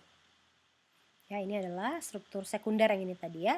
Dia dipertahankan oleh ikatan hidrogen yang terjadi pada rantai primernya atau rantai utamanya. Nah, kalau struktur tersier ini mulai dipengaruhi oleh gugus R ya. Kalau ini tadi dia tidak dipengaruhi oleh gugus R. Jadi kalau kamu lihat strukturnya di sini, ini kan peptida ya, CONH, ini juga peptida, CONH, lalu H ini bisa berikatan hidrogen dengan O yang itu. Jadi di sini R tidak berperan. Ikatan hidrogennya murni dari istilahnya backbone ya, dari rantai utamanya atau rantai yang mengandung ikatan peptida. Kita namakan itu suatu struktur sekunder. Ada alpha helix, kemudian ada ini ya, ada helix, kemudian ada lembaran atau sheet atau random coil seperti ini ya. Oke, kalau struktur tersier ini sudah terlibat gugus R-nya. Nah, kamu tahu bahwa R-nya ini bisa macam-macam tadi kan ya, ada 20 jenis R-nya. Nah, tadi yang saya tekankan yang bermuatan ya, kamu ingat ada yang bermuatan positif, kemudian ada yang bermuatan negatif. R yang bermuatan positif, misalnya ini adalah lisin, lalu R yang bermuatan negatif, misalnya aspartat, muatan negatifnya itu bisa berinteraksi secara ionik dengan muatan positifnya, ya kan? Kemudian nanti juga bisa terbentuk misalnya ikatan hidrogen. Kalau misalnya ada yang mengandung OH, lalu di sini ada atom O yang lain, nanti H-nya dengan O bisa berikatan hidrogen. Atau khusus untuk yang nonpolar seperti yang ini kan nonpolar ya. Kalau yang bermuatan positif bisa dengan negatif, mereka ketemu membentuk ikatan ionik atau interaksi ionik. Kalau yang ini CH2OH bisa ketemu dengan ini kan sama-sama ada OH-OH-nya, nanti dia bisa berikatan hidrogen misalnya. Kalau yang ini dia bisa berinteraksi aromatik satu sama lain. Kalau yang ini dia sesama nonpolar, dia bisa mengalami interaksi nonpolar atau gaya van der Waals seperti ini, atau kita sebut juga sebagai interaksi sesama hidrofobik ya, yang strukturnya begini. Kita lihat C kemudian cabang 2 CH3 itu strukturnya adalah valin ya, ini C cabang 2 CH3. Nah, valin ketemu lagi dengan valin itu kemudian dia juga dapat berinteraksi. Nah, sehingga karena ada interaksi antara gugus R seperti ini dan jumlahnya banyak ya, tidak hanya 1 atau 2 tapi bisa sampai ratusan ya, tergantung panjang dari polipeptidanya. Nah, ini bisa berinteraksi dengan yang jauh-jauh. Kamu bayangkan ini dan ini posisinya di rantai utama ini jauh ya. Katakan ini nomor berapa misalnya 100 ya. Ini bisa jadi nomor 200. Tapi 100 dan 200 nanti akan ketemu melalui ikatan ionik seperti ini. Inilah yang mengakibatkan nanti struktur dari protein itu atau polipeptida itu nanti akan mengalami pelipatan seperti ini. Sehingga kita akan peroleh struktur 3 dimensi seperti ini. Nah, kalau interaksi itu sudah melibatkan gugus pada rantai samping seperti ini, kita namakan dia struktur yang tersier ya. Jadi kalau kita ulang, kalau struktur primer itu hanya ada ikatan peptida saja ya, yang membentuk rantai utama. Kalau struktur sekunder, ikatan peptidanya tentu saja ada, plus satu level di atasnya yaitu ikatan hidrogen antara CONH yang ada di ikatan peptida. Oke. Kemudian yang level 3 ini tentu level 1 dan 2-nya tetap ada ya. Tetap ada ikatan peptida, tetap ada ikatan hidrogen antara NH dan CO yang ada di ikatan peptida. Lalu sekarang tambah lagi peran dari R. Kalau R-nya bermuatan positif, dia bisa ketemu dengan R lain yang muatannya negatif meskipun dia jauh-jauhan secara struktur primer, tapi secara struktur tersier nanti mereka akan berdekatan karena terjadi yang namanya pelipatan atau folding dari protein. Nah, saat protein tersebut sudah memiliki struktur 3 dimensi melipat seperti ini, maka nantinya kita akan melihat dia memiliki fungsi ya, apakah fungsinya sebagai transport seperti hemoglobin yang membawa oksigen dalam darah, ataukah nanti fungsinya misalnya sebagai enzim ya, yaitu biokatalis. Nah, struktur kuartener ini adalah gabungan dari beberapa struktur tersier. Kita bisa lihat dia bisa membentuk misalnya dimer atau pentamer kalau dia ada 5 seperti ini, heksamer kalau dia 6 dan seterusnya. Protein dalam tubuh memiliki banyak fungsi ya, dia salah satu komponen yang sangat sentral di dalam tubuh. Nah, protein memiliki fungsi dari level tersier ke atas, jadi tersier dan kuartener. Bisa dia menjadi enzim atau biokatalis, jadi dia katalis tapi dari protein ya, makanya namanya biokatalis. Tugasnya tentu saja sama dengan katalis pada umumnya ya, yaitu mempercepat jalannya reaksi. Contohnya yang namanya ujung-ujungnya ada ase seperti ini. Protease memotong protein, lipase memotong lipid, amilase memotong amilum. Ya. Kemudian protein itu juga berperan sebagai antibodi. Protein juga berperan sebagai hormon seperti insulin. Insulin adalah hormon yang mengatur kadar gula di dalam darah ya, sehingga orang yang mengalami defisiensi atau kekurangan insulin, misalnya tubuhnya tidak mampu membentuk insulin dengan semestinya, dia akan mengalami penyakit diabetes ya. Gulanya akan terlalu banyak karena tidak ada yang mengontrol kadar gula di dalam darah. Kemudian ada lagi fungsi transport. Seperti yang saya sebutkan barusan, ada hemoglobin ya. Hemoglobin itu adalah pengangkut atau transporter dari oksigen ke seluruh tubuh ya melalui darah. Kemudian ada juga fungsi struktural yang membangun struktur, misalnya adalah rambut, keratin ya, atau kolagen. Ini kolagen ya. Kolagen yang ada misalnya di daging kita itu ada protein struktural. Nah, protein bukanlah molekul yang rigid, karena dia distabilkan oleh interaksi-interaksi yang non-kovalen ya. Kamu lihat dia punya interaksi kebanyakan seperti ini ya, ada ikatan hidrogen, ada interaksi ionik, ada interaksi hidrofobik. Nah, mereka semua ini kan bukan kovalen ya. Yang kovalen itu ini pun juga bukan kovalen. Ini adalah ikatan hidrogen. Yang kovalen itu hanya di level primernya saja. Ini baru semua ikatannya kovalen. Di atas ini mulai terbentuk ikatan hidrogen yang bukan kovalen, ini juga macam-macam yang bukan kovalen. Nah, karena strukturnya ini sebagian besar distabilkan oleh interaksi yang non-kovalen, maka protein itu sangat dinamis ya, seperti enzim. Kalau datang reaktannya atau kita namakan substratnya, nanti dia akan mampu menyesuaikan diri untuk kemudian menangkap substrat tersebut ya, karena dia sifatnya adalah tidak rigid atau dinamis. Oke, kita skip dulu latihannya ya, kita lanjut ke kelas yang terakhir. Nah, kelas yang terakhir adalah kelas asam nukleat. Nah, asam nukleat itu ada dua yang akan kita bahas, yaitu asam nukleat deoksi dan asam nukleat ribosa ya. Yang satu deoksiribosa, yang satu ribosa.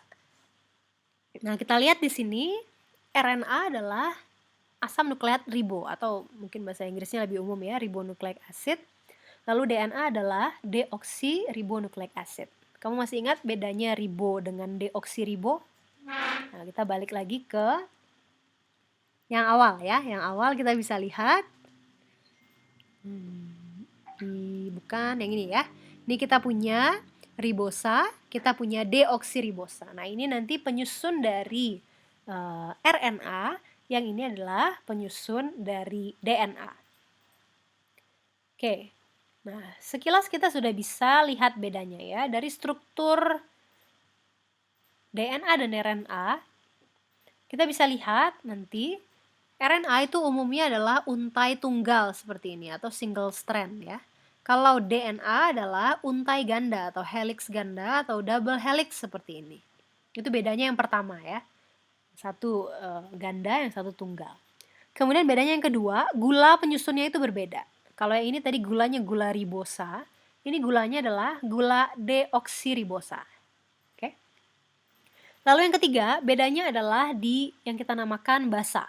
Ya, basanya atau basa nitrogen atau basa nukleo itu ada beberapa istilah, tapi artinya sama saja ya. Nah, basa nitrogen ini nanti salah satu penyusun struktur DNA maupun RNA. Untuk RNA, basa nitrogennya adalah sitosin, C, guanin, adenin, dan urasil. Nah, kamu perlu ingat singkatannya ya, CGAU.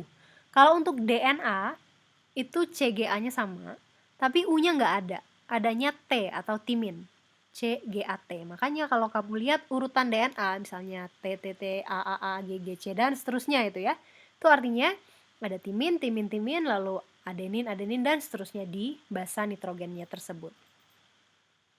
Nah, yang menyebabkan DNA ini memiliki struktur double helix adalah karena basa nitrogen ini dapat berinteraksi hidrogen dengan basa nitrogen yang lain.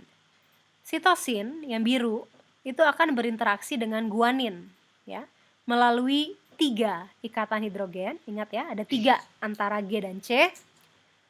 Kalau adenin yang kuning berinteraksi dengan timin yang merah melalui 2 ikatan hidrogen. Jadi kalau GC itu ada 3 ikatan hidrogen, kalau AT itu ada 2 ikatan hidrogen. Nah, karena dia dapat membentuk ikatan hidrogen dengan satu sama lain, maka nanti struktur ini akan merapat seperti ini ya, dari satu helix atau satu rantai ke rantai yang lain, dia akan tersusun sedemikian rupa sehingga jadilah struktur helix seperti ini. Jadi, struktur helix dari DNA itu dipertahankan oleh ikatan hidrogen antara basa-basa penyusunnya. Ini adalah polimernya ya. Kalau yang ini sebetulnya dia juga bisa ya membentuk ikatan hidrogen, tapi umumnya kita akan lihat strukturnya itu adalah untai tunggal seperti ini. Dia tidak umum untuk membentuk helix seperti ini. Sekarang kita lihat monomernya. Ini tadi polimernya ya, strukturnya seperti ini. Sekarang kita lihat monomernya. Sampai di sini kamu sudah tahu bahwa setidaknya ada 2 penyusun ya kan? Ada gulanya, apakah dia ribosa atau deoksiribosa. Kemudian ada basa-basa nitrogen. Kenapa namanya basa nitrogen? Karena dia banyak nitrogennya seperti ini ya. Dan sifatnya tentu saja basa ya. Basa nitrogen untuk yang ininya. Ini kita lihat monomernya itu adalah seperti ini. Ada satu gula berkarbon 5, nanti oksigennya di tengah seperti ini ya. Kamu ingat ini adalah proyeksi Haworth yang kita sudah pelajari di bab karbohidrat. Kemudian nanti di karbon yang nomor 1 yang terikat pada O, ini akan terikat pada N, suatu basa nitrogen. Di mana basa nitrogen ini terdiri dari 2 jenis. Ada namanya basa pirimidin, yaitu ada cincin 6 saja seperti ini. Kemudian satu lagi basa purin. Nah, pirimidin ini lebih besar dari purin ya. Pirimidin contohnya C, U, dan T. U adanya di RNA, T adanya di DNA. Kemudian ada basa purin, contohnya G dan A. Ingat pasangannya G dengan C, A dengan T, atau A dengan U juga ya. Tapi kalau di DNA itu G dengan C, nanti dia membentuk 3 ikatan hidrogen ya. Kamu lihat ini, itu, dan itu akan berinteraksi dengan ini, itu, dan itu ya. Mereka akan membentuk 3 ikatan hidrogen. Kalau adenin dengan timin, dia akan membentuk 2 ikatan hidrogen ya. Ini dan ini dengan itu dan itu. Jadi kalau GC itu ada 3 ikatan hidrogennya. Kalau AT akan membentuk 2 ikatan hidrogen. Ini adalah basa nitrogennya. Kemudian ada juga gulanya. Kalau di RNA gulanya adalah gula ribosa, jadi karbon 5 ya. 1, 2, 3, 4, 5. Ribosa masih ada OH di karbon nomor 2. Sedangkan deoksiribosa itu tidak ada lagi OH di karbon nomor 2, jadi tinggal H saja. Inilah yang ada di struktur DNA. Kemudian penyusun yang terakhir adalah satu buah gugus fosfat seperti ini. Ya, jadi ada O- dan O- seperti ini. Nah, ini kita namakan nukleotida. Ya, jadi monomer dari polimer asam nukleat kita namakan nukleotida seperti ini. Jadi membernya atau anggotanya ada 3 ya. Ada basa nitrogen, ada suatu gula berkarbon 5, apakah dia ribosa atau dia deoksiribosa. Kemudian ada gugus fosfatnya.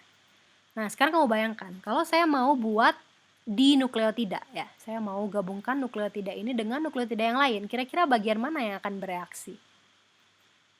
Tentu saja yang paling mungkin bagian yang ini ya, karena ini ada ikatan rangkap, nanti dia bisa, ini strukturnya mirip dengan karboksilat ya, kalau karboksilat kan COO-, kalau di sini bukan C tapi P ya, fosfat. Nah, ini nanti juga dapat membentuk ester. Tapi karena esternya ester fosfat, makanya nanti kita namakan ikatannya adalah fosfodiester. Nah, ini ya. Saat dia membentuk polimernya seperti ini, kamu lihat ini adalah nukleotida yang pertama. Dia sitosin ya, C. Kemudian nanti fosfatnya itu akan berinteraksi dengan OH dari karbon yang nomor 5. 1, 2, 3, 4, 5. Nah, yang ini nanti berinteraksi dengan karbon yang nomor 3 ya. 1, 2, 3. Jadi ini 3, ini karbon 5. Jadi yang terhubung itu antara karbon 3 dan karbon 5. Nah, ikatan ini kita namakan ikatan fosfodiester. karena ini ada ciri khas ester ya, rangkap O, tunggal O ke sana, rangkap O, tunggal O ke sana. Jadi ada 2 ester tapi dia tergabung di satu molekul, sehingga kita namakan ini adalah fosfodiester. Tentu saja, pembentukan satu ikatan fosfodiester itu juga akan melepaskan satu molekul H2O. Oke?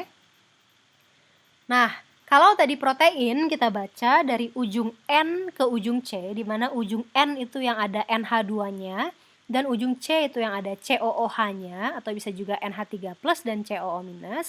Kalau DNA dan RNA, kita baca dari ujung 5 aksen ke ujung 3 aksen. Ujung 5 aksen itu yang masih punya fosfat bebas. Jadi fosfatnya nggak membentuk ester ya. Kalau ini kan fosfatnya sudah ester ke bawah, ini juga ester ke sana, dan ini juga ester ke situ. Di sini ada fosfat bebas, kita namakan ini ujung 5 aksen. Karena dia dimulai dari karbon 5 di sini ya. Ingat nomornya 1, 2, 3, 4, 1, 2, 3, 4, 5. Oh ya betul, 5-nya di sini ya, maaf. Kayaknya tadi saya salah tunjuk. 1, 2, 3, 4, 5. Ini karbon nomor 5. Ingat setiap sudut itu adalah karbon ya. Ini karbon nomor 5, jadi namanya adalah 5 aksen. Nah, ujung yang terakhir sekali adalah ujung 3 aksen karena dia memiliki OH yang bebas. 1, 2, 3. Ini adalah 3 aksen. Begitu juga untuk RNA, kita punya 5 aksen di atas, kita punya 3 aksen di bawah sini. Jadi dia kita baca dari ujung 5 aksen ke ujung 3 aksen. Misalnya DNA ini. Saya katakan urutan dari 4 nukleotida ini DNA yang sangat pendek ya, adalah CGAT.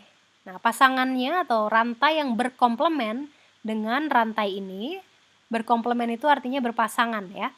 Karena dia double helix, pasti dia ada punya pasangan.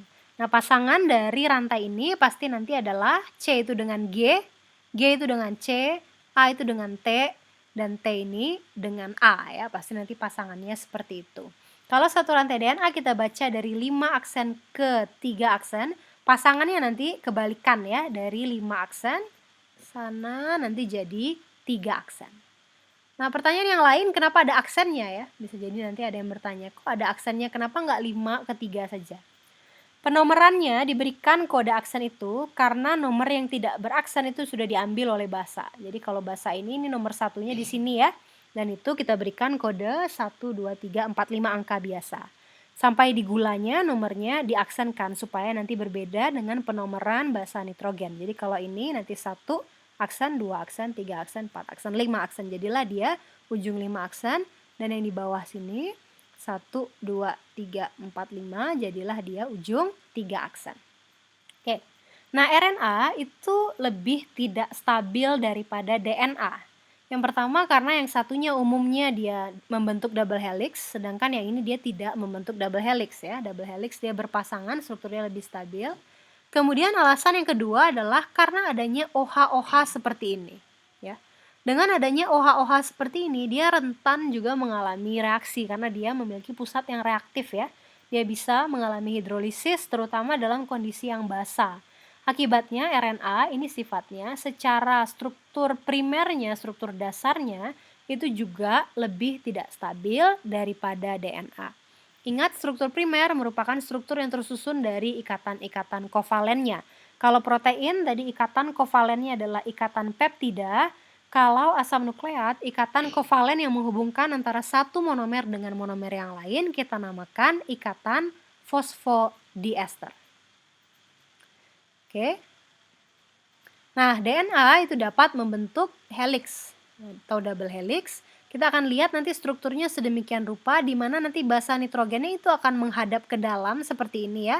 Dan nanti dia akan berpasangan, A dan T membentuk 2 ikatan hidrogen, G dan C membentuk 3 ikatan hidrogen, T dan A 2 lagi, C dan G 1, 2, 3 ya. Jadi ingat GC itu 3 ikatan hidrogennya, AT itu 2. Kalau yang rantai utamanya kita berikan nomor dari 5 aksen ke 3 aksen, maka pasti nanti pasangannya akan kebalikan ya, dari 5 aksen ke 3 aksen. Nah, kalau ini kita bisa berikan dia nama ACTG, rantai ini. Kalau yang ini namanya adalah CAGT ya.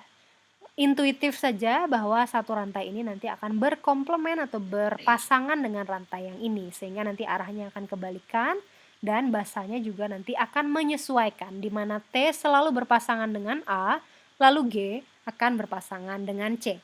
Karena yang ini arahnya 5 ke 3, sementara ini 3 ke 5 kalau dari atas ke bawah ya. Kita namakan rantai ganda DNA ini orientasinya anti-paralel, di mana basa nitrogen akan saling berpasangan secara komplement dan distabilkan dengan ikatan hidrogen.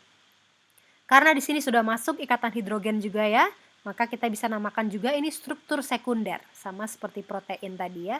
Kalau primernya hanya kovalen saja seperti ini, belum ada interaksi yang lain. Kalau sekundernya mulai muncul ikatan hidrogen. Kalau di protein tadi kita bisa lihat dalam struktur sekunder akibat ikatan hidrogennya itu terbentuk struktur misalnya helix atau juga struktur sheet atau lembaran.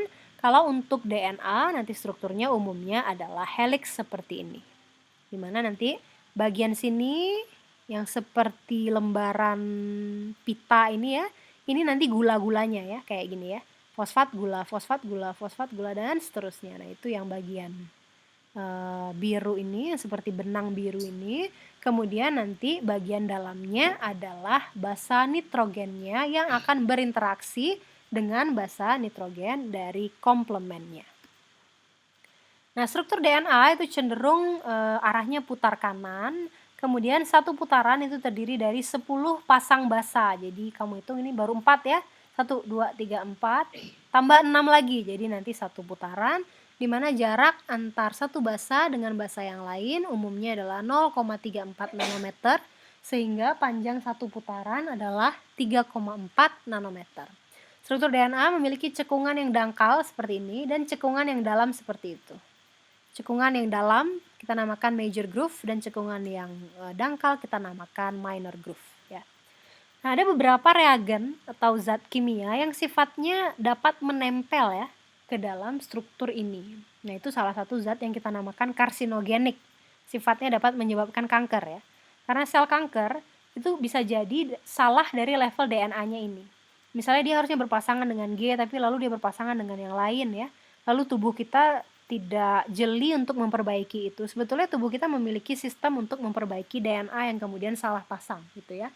Tapi bisa jadi ada gen tertentu yang hilang atau sistem perbaikan yang tidak berjalan dengan baik. Misalnya ada zat kimia tertentu yang kemudian menghalangi, lalu nanti DNA-nya ini akan salah. Nah, dalam tubuh nanti kita lihat fungsi DNA dia nanti akan dibaca lalu diterjemahkan nanti ujung-ujungnya untuk menghasilkan protein ya. Sehingga kalau dari DNA-nya salah itu sampai ke proteinnya akan salah. Sehingga strukturnya nanti akan berbeda dan itu nanti dapat menyebabkan metabolisme yang tidak sesuai dengan semestinya. Jadi kalau ada reagen-reagen atau pemicu yang kemudian dapat merusak DNA itu dapat menyebabkan kanker ya. Termasuk sinar UV ya. Sinar UV itu dapat merusak DNA atau RNA sehingga dia juga kalau tidak terkontrol, kita terekspos dengan sinar itu juga dapat menyebabkan sel kanker. Oke, nanti silakan dicoba ini. Oke, sekarang kita berangkat ke fungsinya. Nah, bagian DNA yang kemudian membawa informasi genetik atau tepatnya bagian DNA yang nanti akan jadi protein, kita sebut istilahnya mengkode ya. Jadi bagian DNA yang nanti mengkode protein atau terekspresi menjadi protein, itu kita namakan gen. Nah, gen itu ada dalam DNA seperti ini. Nanti gen itu akan diterjemahkan atau ditranskripsikan, istilahnya transkripsi, menjadi RNA atau namanya mRNA. Ini adalah rantai cetakan, nanti dia akan diterjemahkan menjadi mRNA dengan bantuan nanti namanya adalah RNA polimerase ya, nama enzimnya. Dimana nanti kalau dia A di DNA, di mRNA dia akan baca sebagai U ya. Dia berpasangan tapi karena dia tidak punya T, nanti yang keluar adalah U. Kalau C dia berpasangan dengan G. Jadi prinsipnya tetap prinsip berpasangan ya. Jadi mRNA itu juga sebetulnya bisa membentuk ikatan hidrogen. Nah, ini namanya prosesnya transkripsi atau penyalinan karena mereka masih menggunakan bahasa yang sama. Ini bahasa asam nukleat, bawahnya juga bahasa asam nukleat. Kemudian pada tahap yang kedua, nanti RNA ini akan diterjemahkan atau ditranslate menjadi protein. Kenapa ditranslate? Karena bahasanya sudah berbeda. Kode asam nukleat sekarang digantikan dengan kode asam amino, di mana nanti dibaca per 3 asam nukleat ya. Atau kita istilahkan dia dengan nama kodon. Jadi kalau UGG di RNA nanti dengan suatu sistem yang sangat-sangat kompleks ya, dia akan dibaca sebagai triptofan, TRP. Ya, UUU dibaca sebagai fenilalanin, glisin, serin, dan seterusnya. Sehingga ujung-ujungnya DNA ini tadi yang sifatnya seperti blueprint bagi makhluk hidup akan diterjemahkan menjadi protein. Sehingga kamu bisa bayangkan kalau ada kesalahan di level gen itu proteinnya tidak akan utuh ya. Misalnya enzimnya menjadi tidak bisa bekerja dengan benar atau protein seperti hormon dan seterusnya itu tidak akan mampu berfungsi sebagaimana mestinya karena ada yang salah di dalam sistem pengkodenya. Oke, urutan DNA yang kita gunakan untuk proses transkripsi kita namakan rantai cetakan. Ini namanya rantai cetakan ya, atau bahasa Inggrisnya adalah template. Lalu template nanti akan diubah, disalin menjadi mRNA. mRNA kemudian ditranslate, diterjemahkan dari bahasa asam nukleat menjadi bahasa asam amino, sehingga nanti dia gabung-gabung jadi protein. Di sini ikatan yang terbentuk adalah fosfodiester, dibaca dari 5 ke 3, tapi kalau DNA template-nya seperti ini ya, 3 ke 5, nanti di RNA-nya 5 ke 3 lagi. Nah, kemudian nanti ditranslate jadi protein, di mana ikatan penghubungnya nanti adalah ikatan peptida, dan kita baca dia dari ujung N ke ujung C ya. 5 ketiga atau 5 aksen ketiga aksen di RNA nanti akan diterjemahkan menjadi ujung N ke ujung C di protein. Oke, ini adalah kita sebut juga dogma sentral makhluk hidup ya, yang mendasari proses yang sangat sentral di dalam kehidupan kita, yaitu adanya kode dalam tubuh kita yang kemudian diturunkan dari satu organisme kepada keturunannya, misalnya orang tua kita kepada diri kita gitu ya. Dia akan menurunkan gen ini, kemudian nanti gennya nanti ditranskripsi, disalin dan kemudian ditranslasi atau diterjemahkan sehingga ujung-ujungnya menjadi protein yang memiliki banyak fungsi di dalam sel kita. Oke. Nah, kamu bisa tentukan ini ya, kalau ada fragmen DNA 5 aksen ke 3 aksen, tentukan rantai cetakannya yang merupakan komplemennya ya dari 3 ke 5-nya. Tentu saja nanti kalau A pasangannya T, kalau C pasangannya G, dan seterusnya. Lalu nanti mRNA-nya nanti akan berpasangan lagi dengan ini ya, dimana nanti kalau di sini A jadi U, C dan G tetap berdasarkan pasangannya ya, cuma karena dia tidak punya timin maka nanti pasangan dari A itu adalah U seperti ini. Jadi nanti rantai mRNA itu akan sama dengan rantai ini ya, tapi nanti T-nya akan diganti dengan U. Tinggal cari rantai cetakannya, yaitu dari 3 aksen ke 5 aksen. Tinggal dicocokkan bahwa A pasangannya T dan C pasangannya adalah G. Tapi kalau RNA dia tidak punya T, maka nanti T akan digantikan dengan U atau urasil. Oke, demikian materi biokimia.